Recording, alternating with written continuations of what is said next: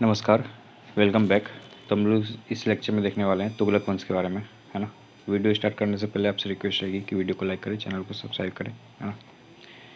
तो तुगलक वंश का जो संस्थापक था वो गयासुद्दीन तुगलक था, जिसका दूसरा नाम गाजी मलिक भी था। इसको गाजी मलिक के नाम से भी जानते थे, है ना। इसका और भी नाम था, जैसे कि इसको मलिक उल गाजी के नाम से भी जानते थे, गाजी बेग तुगलक या गाजी तुगलक। ये नाम में आप ध्यान रखेंगे, है ना। गयासुद्दीन तुगलक, गाजी मलिक, मलिक उल गाजी, गाजी बेग तुगलक और गाजी तुगलक, इस नाम से इसको जानते थे, है ना। और इसने खुसरो शाह को ख़त्म करके, मतलब उसकी हत्या करके दिल्ली के सिंहासन पर बैठा था, है ना। ये ध्यान रखना है आपको। और ये इसके बारे में एक चीज़ है कि ये कभी कभी जब अकाल का जब समस्या होता था तो ये भूमि कर को माफ़ भी कर देता था, आवश्यकता के हिसाब से, वो सिचुएशन देख के, है ना। ध्यान देना आपको। मोहम्मद बिन तुगलक के बारे में आपको पता होगा कि ये पूरा दिल्ली सल्तनत का सबसे ज़्यादा पढ़ा लिखा, सबसे ज़्यादा विद्वान और शिक्षित इंसान था, है ना। इसको बहुत चीज़ के बारे में पता था। और मोहम्मद बिन तुगलक ने दीवाने कोही, एक विभाग थी, उसकी स्थापना की करा था इसने, है ना। और ये कृषि, मतलब किसानों के लिए विभाग थी, है ना, जिसमें कि किसानों का मदद करता था पैसा देके, या फिर कोई भी उसको सहायता होता था वो सहायता देके मदद करता था किसानों का, है ना। ये ध्यान रखना है आपको। मोहम्मद बिन तुगलक के बारे में कहा जाता है कि इसने अपनी राजधानी को दिल्ली से दौलताबाद, जिसको कि देवगिरी के नाम से भी जाना जाता है, वहाँ पे शिफ्ट किया था इसने, है ना। इब्न बतूता, जो कि मोरक्को का ट्रेवलर है, ये इसी के टाइम पे भारत आया था, है ना। ये ध्यान रखना है आपको। और देख लेते हैं हम लोग, देवगिरी को कुव्वतुल इस्लाम भी कहा जाता है। बहुत इंपॉर्टेंट फैक्ट है, ध्यान रखेंगे इसको, ट्रिपल स्टार कर लीजिए। कुव्वतुल इस्लाम, क्वेश्चन में आपसे पूछ देगा कुव्वतुल इस्लाम किसको कहा जाता है, तो देवगिरी को कहा जाता है। ये ध्यान रखना है आपको, है ना। और जो 5 मोहम्मद बिन तुगलक की 5 जो योजनाएं थी, जो जिसमें कि दोआब में कर की वृद्धि करना, जो दोआब मैंने आपको पिछला लेक्चर में बताया था कि दोआब का जो रीजन था ना, वहाँ पे मोहम्मद बिन तुगलक ने 50% तक का टैक्स कर दिया था, कर लगा दिया था वहाँ पे। देवगिरी को राजधानी बनाया था इसने, दिल्ली से देवगिरी शिफ्ट किया था, जिसको कि दौलताबाद भी कहते हैं। सांकेतिक मुद्रा जारी किया था। सांकेतिक मुद्रा बहुत ही सस्ता था। ये जब ये मुद्रा जारी किया ना, तो उसके बाद क्या हुआ कि जितने सारे लोग थे वो सारा ये कॉइन अपने घर में ही बनाने लगे, जिस वजह से इसकी इसकी ये योजना विफल हो गई, है ना। खुरासान पे आक्रमण किया और कराचील की ओर अभियान किया। ये पांचों इसकी जो योजनाएं थी ये सारी विफल हो गई, एक भी इसका सक्सेस नहीं रहा, है ना। ये ध्यान रखना आपको। मैंने आपको बताया इब्न बतूता मोरक्को का ये निवासी था, और ये मोहम्मद बिन तुगलक के काल में ही भारत आया था, है ना। ये ध्यान रखना है आपको। और मोहम्मद बिन तुगलक ने इसको दिल्ली का काजी नियुक्त किया था, ये इब्न बतूता को, ध्यान रखना है। और इसे बाद में चीन भेजा था, दूत बना के, राजदूत बना के चीन भेजा गया था। और इसकी एक किताब है इब्न बतूता की, रहला, बहुत इंपॉर्टेंट ये किताब है ना। इसको आप याद रखेंगे, बहुत बार आपसे एग्ज़ाम में पूछ दिया जाएगा, तो ये आपको ध्यान रखना है ना। और इसके मरने पे बदायूं ने लिखा था कि सुल्तान को उसकी प्रजा और प्रजा को उसके सुल्तान से मुक्ति मिल गई। किसने लिखा था, तो बदायूं ने लिखा था। और किसके मरने पे लिखा था, तो मोहम्मद बिन तुगलक के मरने पे लिखा था। ये आपको ध्यान रखना है, बहुत ज़्यादा इंपॉर्टेंट है। 5 स्टार इसको मार्क कर लेंगे। ये क्वेश्चंस बार बार एग्जाम में आपके पूछे गए हैं। मैं आपको नीचे अभी PYQ में दिखाने वाला हूँ, ये आप देखेंगे बहुत सारे एग्जाम में ये क्वेश्चन पूछा गया है ना। ये ध्यान रखना है आपको। चलते हैं आगे। मोहम्मद बिन तुगलक के बाद कौन आया, तो फिरोज शाह तुगलक आया, है ना। इसने एक डिपार्टमेंट शुरू किया नियुक्ति करने के लिए, रोज़गार देने के लिए। इसने एक दफ्तर लगाया, जिसको कि रोज़गार दफ्तर भी कहते थे। इसमें क्या करता था कि जितने भी लोग इसके पास नौकरी के लिए आते थे, सबकी योग्यता के हिसाब से उसका अच्छे से जांच पड़ताल करके उसे नौकरी देता था, है ना। ये बस एक बेरोज़गारी की दूर करने की समस्या थी, बहुत ही अच्छी नीति थी ये इसके हिसाब से, है ना। इसने एक दीवाने खैरात नाम की विभाग की स्थापना की थी, जो कि गरीब मुसलमानों, है ना, जो अनाथ स्त्रियां थी और विधवाओं को आर्थिक सहायता देता था। किसने स्थापित किया था, तो फिरोज शाह तुगलक ने, FST, ध्यान रखेंगे आप, है ना। और ये निर्धन मुसलमान लड़कियों की विवाह की भी व्यवस्था कराता था, और अपने राज्य के पैसे पे हज की व्यवस्था करता था ये। और ये पहला भारतीय शासक बना था जो कि स्टेट के पैसा पे, राज्य के पैसा पे लोगों को हज भेजता था, है ना। ये ध्यान रखना आपको। इसका एक डिपार्टमेंट था दारुल सफ़ा। दारुल सफ़ा एक खैराती अस्पताल था, ये इसने स्टार्ट किया था, है ना, फ्री में, जहाँ पे गरीबों का इलाज होता था। ध्यान रखना आपको। फिरोज शाह तुगलक को ना स्लेब का, हाँ, बहुत ज़्यादा शौक था, है ना। ये ध्यान रखना है आपको। जो दास हिंदी में बोलते हैं उसको, दासों का बहुत ज़्यादा शौक था। इसके पास लगभग 1 लाख से 1.5 लाख दास होते थे, 2 लाख दास होते थे, है ना। और इसके लिए एक अलग से डिपार्टमेंट बना दिया था इसने, दीवाने बंदगान। स्लेब का डिपार्टमेंट है, ये दासों का डिपार्टमेंट है, ध्यान रखना है ना। किसने बनाया? तो फिरोज शाह तुगलक ने बनाया है ना, ये चीज़ आपको ध्यान रखना है। और सिंचाई के लिए इसने 5 बड़ी नहरें बनाई थी, है ना, ध्यान रखना है आपको। एक यमुना नदी से हिसार को जोड़ती थी, 150 मीटर लंबी। सतलज से घाघरा तक जाती थी, है ना। सिरमौर की पहाड़ियों से निकल के झांसी तक जाती थी। घाघरा से फिरोजाबाद और यमुना नदी से फिरोजाबाद, ये 5 इसने बड़े बड़े नहरें बनवाए थे। और ये सिंचाई टैक्स भी लेता था, जो कि हक़ सर्व। हक़ सर्व क्या है? तो सिंचाई टैक्स है। आपसे क्वेश्चन में पूछ देगा हक़ सर्व क्या है ना। तो ये सिंचाई टैक्स है, और ये सिंचाई कर लगाने वाला दिल्ली का पहला सुल्तान था। आपको ध्यान रखना है कौन? तो फिरोज शाह तुगलक। फिरोज शाह तुगलक ने बहुत बड़े बड़े लाइक बांध भी बनवाए हैं, है ना, खेती के लिए। बहुत बड़े बड़े कैनाल भी बनवाए हैं, ये ध्यान रखना है आपको, है ना। और इसने जो शाही नहरें होती थी, शाही नहरों से अगर जो भी किसान अगर पानी लेता था अपने खेत में सिंचाई करने के लिए, तो उसके खेत में जो पैदावार हुई है, जो भी उपज हुई है, उसका 1/10 10% उसको सरकार को देना पड़ता था, अगर वो शाही नहरें की पानी यूज करता था अपने खेतों में पानी देने के लिए, है ना। ये ध्यान रखना है आपको। फिरोज शाह तुगलक ने ब्राह्मणों पर जजिया लगाया था, है ना, इंपॉर्टेंट है। फिरोज शाह तुगलक को ना ये बागानों का बहुत ज़्यादा शौक था, है ना। ये आपको ध्यान रखना है। 1200 नए बागान ये लगवाए थे फिरोज शाह तुगलक ने, ध्यान रखना है आपको। फिरोज शाह तुगलक ही वो इंसान था जो कि अशोक का 2 स्तंभ कहाँ से? तो मेरठ और टोपरा से उठा करके दिल्ली ले आया था, है ना। यही इंसान था, ध्यान रखना है आपको, है ना। चलते हैं आगे, देखते हैं और कुछ अगर इम्पोर्टेंट है तो। इसने एक अनुवाद विभाग भी स्थापित किया था, है ना, जो कि कुछ हमारे जो हिंदू धर्म के जो लोग थे, उसकी जो संस्कृत ग्रंथ थी उसको फारसी में भी अनुवाद कराया था, ताकि हिंदू और मुस्लिम दोनों संप्रदायों में एक दूसरे के विचार को अच्छे से समझ सके ये दोनों लोग। इस वजह से फिरोज शाह तुगलक ने अनुवाद विभाग का स्थापना कराया था, ये ध्यान रखना आपको। नसीरुद्दीन महमूद तुगलक वंश का अंतिम शासक था, है ना, ध्यान रखना आपको। और नसीरुद्दीन महमूद के शासनकाल में ही तैमूर ने आक्रमण किया था। मैंने आपको आई थिंक 2-3 लेक्चर पीछे बताया है ये चीज़, है ना। ये अब बहुत बार आपसे एग्जाम में पूछा जाता था कि जब तैमूर ने भारत पर आक्रमण किया था तो उस समय कौन शासक था? तो नसीरुद्दीन महमूद था। और नसीरुद्दीन महमूद के बारे में ही कहा गया था कि शहंशाह की सल्तनत दिल्ली से पालम तक फैली हुई है ना, सिर्फ दिल्ली से पालम तक, बहुत ही छोटा एरिया। तो किसके बारे में है? तो नसीरुद्दीन महमूद के बारे में, है ना। ये इंपॉर्टेंट है, फैक्ट है, बहुत ज़्यादा इंपॉर्टेंट, ध्यान रखना है। और उसके मरने के बाद कौन सी वंश की स्थापना हुई? तो सैयद वंश की स्थापना हुई, है ना। ये हमारा फैक्ट हो गया। हम लोग आते हैं थ्योरी पे, हम लोग आते हैं डायरेक्ट PYQ पे, देखते हैं। अलाउद्दीन खिलजी के निम्न सेनाध्यक्षों में से कौन सा तुगलक वंश का पहला सुल्तान बना? तो गाजी मलिक, है ना, अभी अभी हमने देखा। और इसका दूसरा नाम क्या था? गयासुद्दीन तुगलक, गयासुद्दीन तुगलक, है ना। ये सारा PYQ है ना। आप बने रहिए, आपको बेटर मतलब बहुत अच्छे अच्छे क्वेश्चन मिलने वाले हैं इसमें, है ना। गाजी मलिक किस वंश का संस्थापक था? तो तुगलक वंश का, अभी हमने देखा, है ना। चलते हैं अगले क्वेश्चन पे। कृषि को समुन्नत करने के लिए नहर खुदवाने के संदर्भ में 13वीं शताब्दी का निम्नलिखित में से पहला शासक का श्रेय किसे दिया जाता है? तो ये गयासुद्दीन तुगलक को पहला शासक यही था जिसने कृषि के लिए नहरें खुदवाई थी, है ना। उसके बाद में की जो बड़ी बड़ी नहरें थी वो फिरोज शाह तुगलक ने खुदवाई थी, जैसा कि हमने थ्योरी में देखा है। किस वंश के सुल्तानों ने सबसे अधिक समय तक देश में राज्य किया? तो सबसे अधिक समय तक राज्य किया था तुगलकों ने, है ना, ये ध्यान रखना है आपको। चलते हैं आगे।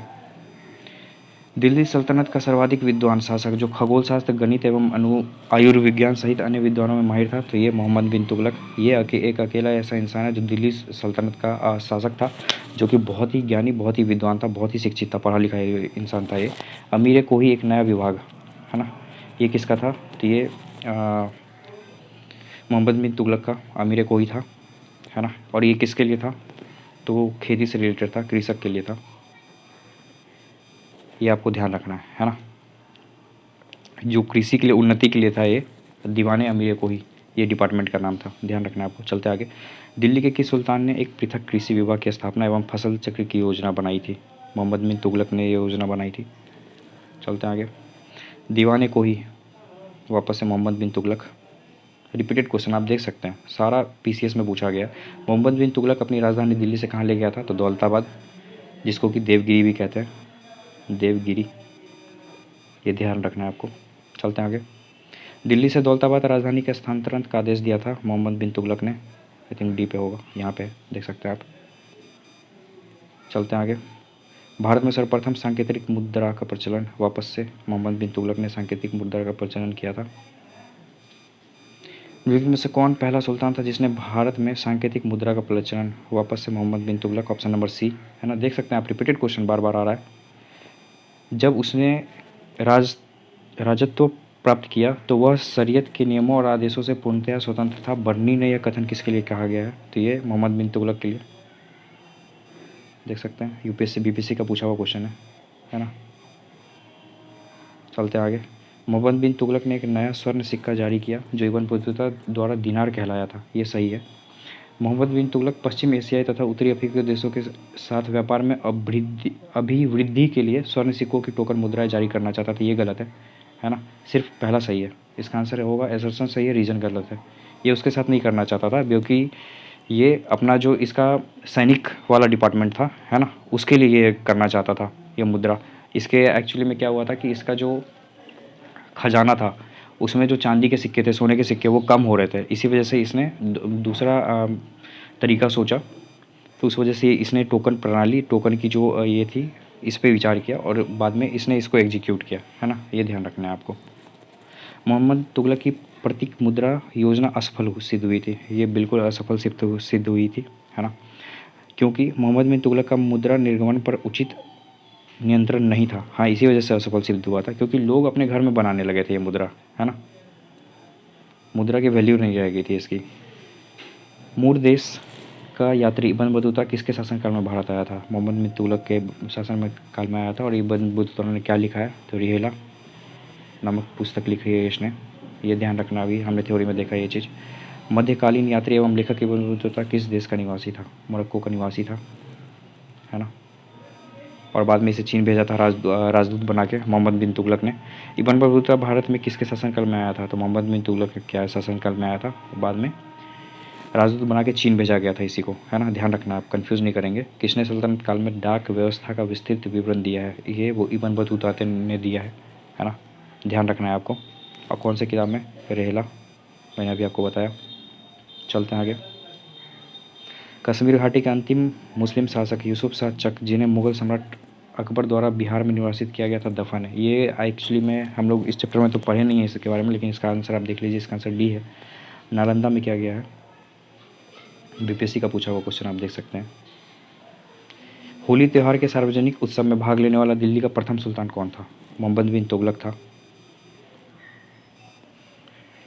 दिल्ली के किस मुस्लिम शासक के निधन पर एक इतिहासकार ने कहा, राजा को प्रजा से मुक्ति मिली एवं उन्हें राजा से। मोहम्मद बिन तुगलक के मरने पे कहा गया था। ये हमने अभी देखा थ्योरी में। चलते हैं आगे। इतिहासकार बदायूं ने किसकी मृत्यु पर कहा था कि सुल्तान को अपनी प्रजा से और प्रजा को सुल्तान से मुक्ति मिल गई थी। मोहम्मद बिन तुगलक की मृत्यु पे कहा था, है ना। और किसने कहा था, तो बदायूं ने कहा था। इंपॉर्टेंट है, नाम याद रखेंगे, है ना। ध्यान रखना आपको। निम्नलिखित में से किस सुल्तान ने बेरोजगारों को रोजगार दिलवाया। फिरोज शाह तुगलक ने बेरोजगारों को रोजगार दिलवाया था। और कौन सा डिपार्टमेंट, रोजगार दफ्तर, ये लगाया था, है ना। कोई भी बेरोजगार नहीं रहे, ये ध्यान रखना है। और बड़े बड़े जो बांध के निर्माण थे, ये भी फिरोज शाह तुगलक ने करवाया था। बेरोजगारों के सहायतार्थ दिल्ली के निम्नलिखित सुल्तानों में से किसने रोजगार कार्यालय की स्थापना की थी। मैंने अभी आपको बताया, फिरोज शाह तुगलक ने कार्यालय की स्थापना की थी। ध्यान रखना है आपको। दिल्ली का सुल्तान जो दान दक्षिणा के बारे में काफ़ी ध्यान रखता था और इसके लिए एक विभाग दीवान खैरात स्थापित किया था। ये किया था फिरोज शाह तुगलक ने, दीवान खैरात, चैरिटी डिपार्टमेंट, है ना। गरीबों की मदद करता था आर्थिक तरीके से, विधवाओं की मदद करता था, जो गरीब मुस्लिम लड़कियां थीं उनकी शादी करवाता था, है ना। ये सब करवाता था फिरोज शाह तुगलक। ध्यान रखना आप। निम्नलिखित में से किस सुल्तान के दरबार में अधिक गुलाम थे, है ना। फिरोज शाह तुगलक के सुल्तान अलग अधिक थे। 1 लाख से लेके 2 लाख तक इसने गुलाम पाल रखे थे। और इसके लिए अलग से एक डिपार्टमेंट इसने बनाया था। कौन सा, दीवाने बंदगान, स्लेव डिपार्टमेंट था ये, है ना। ध्यान रखना है आपको।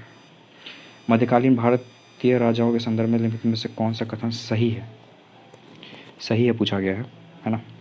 अलाउद्दीन खिलजी ने पहले एक अलग खारिज विभाग स्थापित किया था। ये इसने नहीं किया था, बलबन ने किया था, है ना। मिलिट्री डिपार्टमेंट था, कौन सा था, तो दीवान ए अर्ज था। दीवान ए अर्ज, है है ना। ये मिलिट्री डिपार्टमेंट बलबन ने किया था, तो पहला तो गलत है ना। बलबन ने अपनी सेना के घोड़ों को दागने की प्रथा शुरू की थी, इसने नहीं किया था। किसने किया था? अलाउद्दीन खिलजी ने किया था, है ना, ध्यान रखना है आपको।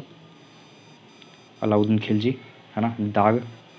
दाग एवं हुलिया प्रथा अलाउद्दीन खिलजी ने चालू किया था, बी भी गलत हो गया। मोहम्मद बिन तुगलक के बाद दिल्ली की गद्दी पर उसके चाचा बैठे, चाचा नहीं बैठा था भाई, चचेरा भाई बैठा था, फिरोज शाह तुगलक, सी भी गलत है। फिरोज शाह तुगलक ने गुलामों के लिए एक अलग विभाग स्थापित किया, ये बिल्कुल सही है, इसका आंसर डी होगा, है ना। दीवाने बंदगान हमने अभी अभी देखा। सर्वप्रथम लोक निर्माण विभाग की स्थापना किसने की? थी फिरोज शाह तुगलक ने लोक निर्माण विभाग की स्थापना की, बहुत नए नए शहर बनाए, है ना, जैसे फिरोजाबाद हो गया। दिल्ली का जो सुल्तान भारत में नहरों के सबसे बड़े जाल का निर्माण करने के लिए प्रसिद्ध है, फिरोज शाह तुगलक, मैंने आप थ्योरी में बताया आपको। चलते हैं आगे। दिल्ली के किस सुल्तान ने सबसे ज़्यादा नहरों का निर्माण कराया था? फिरोज शाह तुगलक ने। रिपीटेड क्वेश्चन देख सकते हैं, बीपीएससी में पूछा हुआ क्वेश्चन है। हक सर्ब अथवा सिंचाई कर लगाने वाला दिल्ली का पहला सुल्तान कौन था? तो ये था फिरोज शाह तुगलक, है ना। और कितना कर था? 1/10, और जिसको कि कहते हैं 10%, 10% कर था, ध्यान रखना आपको। चलते हैं आगे। दिल्ली के किस सुल्तान ने ब्राह्मणों पर भी जजिया लगाया था? फिरोज शाह तुगलक ने लगाया था। निम्नलिखित में से किस सुल्तान ने फलों की गुणवत्ता सुधारने के लिए उपाय किए? फिरोज शाह तुगलक। 1200 बागान दिल्ली के आसपास इसने लगाए थे, है ना, बहुत शौकीन था ये। टोपरा तथा मेरठ के 2 स्तंभ, अशोक स्तंभ लेख दिल्ली कौन लाया था? फिरोज शाह तुगलक लाया था। दिल्ली का कौन सा सुल्तान अशोक स्तंभ को दिल्ली लाया था? फिरोज शाह तुगलक। मेरठ और टोपरा से, ध्यान रखना, अभी हमने देखा थ्योरी में। दिल्ली के किस सुल्तान ने इस उद्देश्य के साथ एक अनुवाद विभाग की स्थापना की? उसने दोनों संप्रदाय के लोगों में एक दूसरे के विचारों की समझ बेहतर हो सके। फिरोज शाह तुगलक ने किया था, हिंदू और मुस्लिम के बीच के, है ना, हिंदू मुस्लिम के बीच में अंडरस्टैंडिंग हो, इस वजह से इसने अनुवाद विभाग का स्थापना किया था। राज्य के खर्च पर हज की व्यवस्था करने वाला पहला भारतीय शासक था फिरोज शाह तुगलक, हमने थ्योरी में देखा। फिरोज तुगलक द्वारा स्थापित दार उल सफ़ा क्या था? एक खैराती अस्पताल था, गरीबों की फ्री में इसमें इलाज होती थी, बहुत अच्छे अच्छे हकीम इसने रखवाए थे, है ना। दिल्ली सल्तनत के तुगलक राजवंश का अंतिम शासक निम्नलिखित में से कौन था? नसीर उद्दीन महमूद था, है ना, अंतिम शासक, हमने थ्योरी में देखा अभी, है ना। चलते हैं आगे। तैमूर ने किसके शासनकाल में भारत पर आक्रमण किया? तो जो अंतिम शासक था ना, नसीरुद्दीन महमूद, ऑप्शन में नहीं है, देख सकते हैं आप, है ना, इसका ऑप्शन इस वजह से आयोग ने दिया नहीं है, नसीरुद्दीन महमूद।